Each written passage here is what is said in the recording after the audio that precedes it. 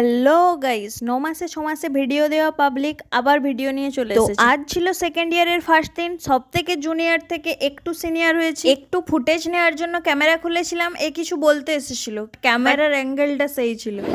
তো চোখটা ওরকম হয়ে গেছে কেন? ও মাসিমা পুজো থেকে তুই ছিলি? আমি ওকে দিয়েছিলাম যে খাই প্যাক তৈরি করছি আর ওকে খাইয়েছিল, আমাকে 60 ml করে খাইছে, ও নিজে 20 ml খেয়েছে। চোখ খুলে কথা বলো। भाई साहब कुछ ज्यादा नहीं हो गया ये?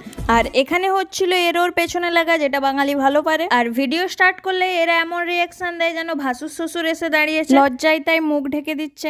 চ্যানেল আছে যেটা চলেনি, দোকান বন্ধ হয়ে গেছে।